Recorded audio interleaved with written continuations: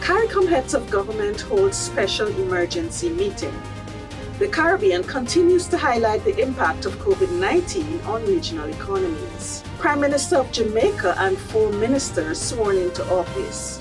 These are the top stories in this week's edition of CARICOM News Time. Welcome to the program.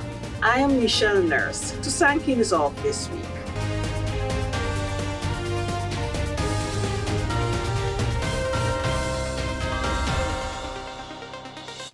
CARICOM heads of government held their 12th special emergency meeting to further examine their regional response to the COVID-19 pandemic, paying attention at this time to a regional travel bubble. Heads of government acknowledged that the past 6 months have been very challenging period globally and regionally, as countries have struggled to cope with the effects of the novel coronavirus.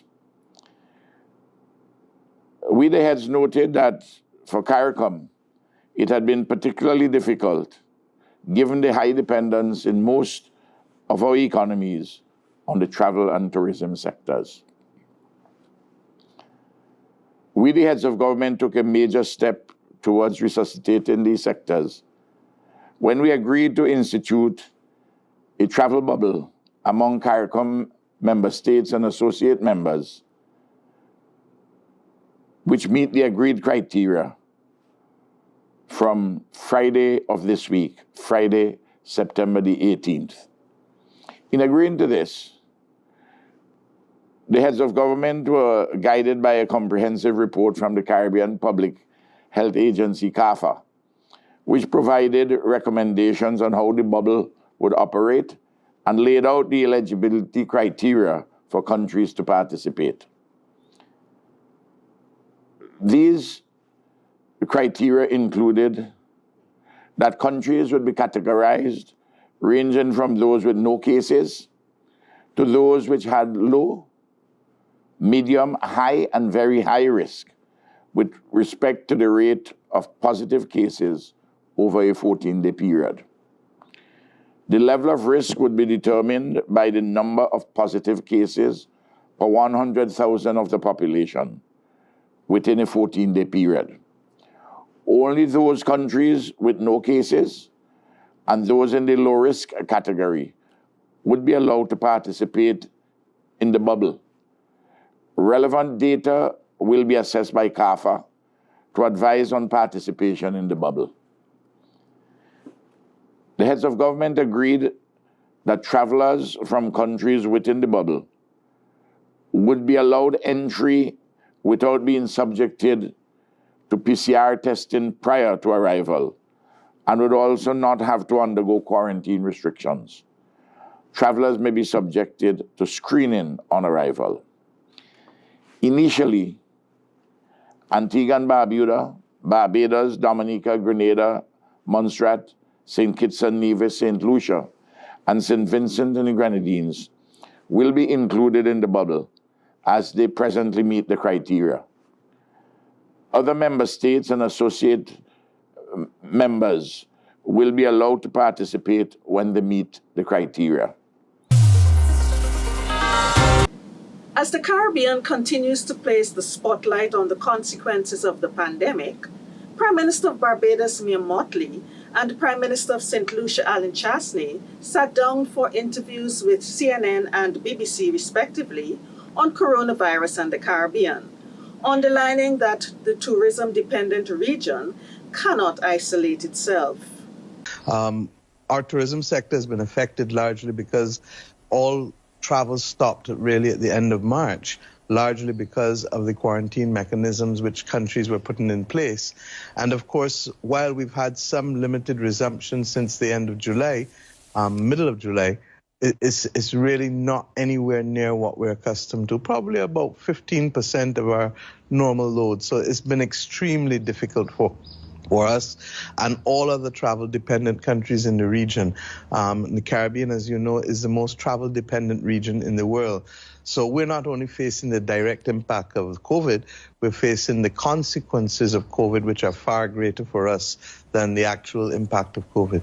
We recognize that we have to put measures in place, and we've been very, very careful about the measures that we've put in place. We change the protocols every 2 weeks because it's a dynamic situation. There are countries that move into high risk. There are countries that drop from high to medium or low. We have different protocols for each. We have designated hotels, designated villas for quarantine. We have a second test applied for persons who come in from high-risk countries just to make sure, and medium risk, to make sure they're all right. High-risk countries have to quarantine for 7 days. If they do the second test, if they don't do the second test, they'll do the full 14-day quarantine. And it's been working very well. We have had, I would say 4 or 5 days a week, we may get 1 or 2 or 3 imported cases, but no more than about 10 on average in a week. So that, you know, we know that the virus is across the global community. Barbados is a member of the global community. We cannot isolate ourselves fully from it. We're an island.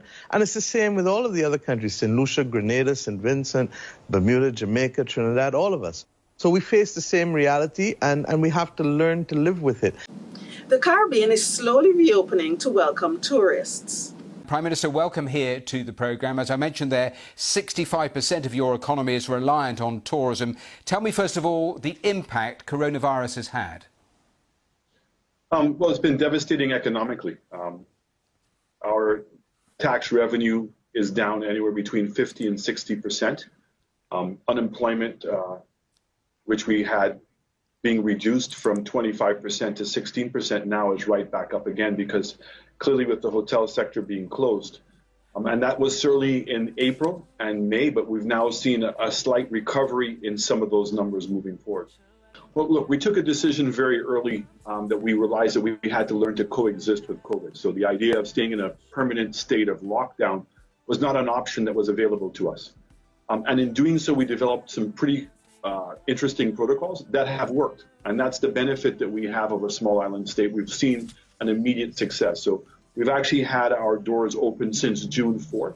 We've had 6,000 arrivals since then. 1/3 of our hotels have reopened.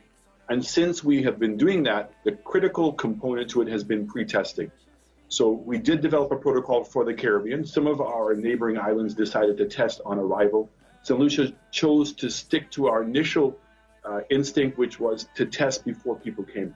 And since then, none of the tourists that have arrived have exposed any of our locals to any COVID. And what we have also done is insisted that our nationals returning home remain in an administered quarantining, and that certainly has made a big difference in our numbers. And on the 8th of September, finance ministers were among representatives of more than 60 countries and institutions holding discussions on the consequences of COVID-19 and assistance for developing states. Back in May, the Prime Ministers of Canada and Jamaica and the UN Secretary General launched an initiative titled the Financing for Development in the Era of COVID-19 and Beyond. The virtual meeting of finance ministers was one of a series of discussions being held under that initiative to build a comprehensive and coordinated multilateral response to the challenges developing countries are facing. The overall objective of the meeting of finance ministers is to present a single ambitious menu of policy options to the heads of government and state to recover from the current crisis in the short term and to mobilize the financial resources to achieve the 2030 agenda and its sustainable development goals. Building resilience and sustainability of countries and the global financial architecture over the medium to long term is also part of the objective.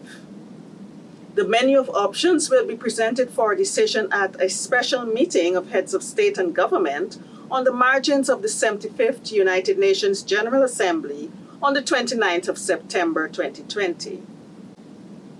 Minister of Finance of Jamaica, Dr. Nigel Clark, told the session that COVID-19 summons all of us to act with dispatch.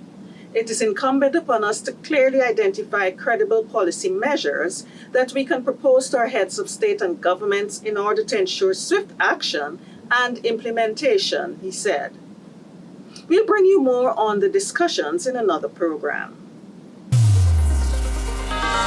Prime Prime Minister Andrew Holness took the oath of office on the 7th of September after leading his party to a landslide victory in elections held on the 3rd of September.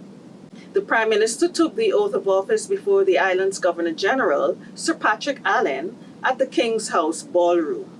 I, Andrew Michael Holness, do solemnly, sincerely, and truly declare and affirm that I will be faithful and bear true allegiance to Jamaica, that I will uphold and defend the Constitution and the laws of Jamaica, and that I will conscientiously and impartially discharge my responsibilities to the people of Jamaica.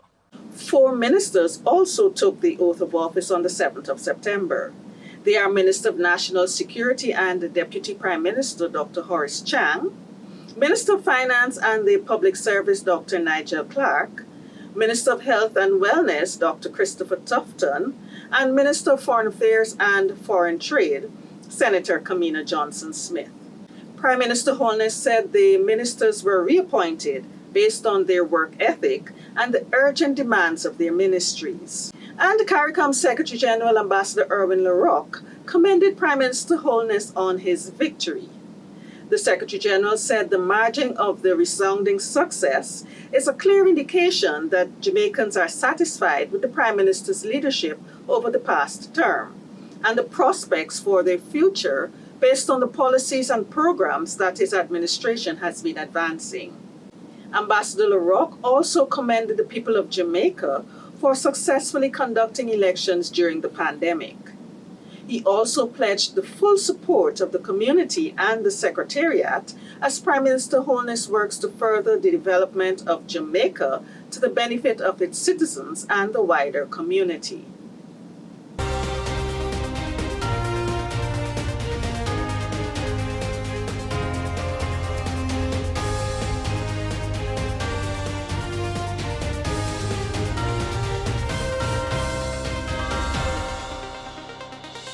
For these and other stories, visit the CARICOM website at caricom.org or the CARICOM news site at today.caricom.org.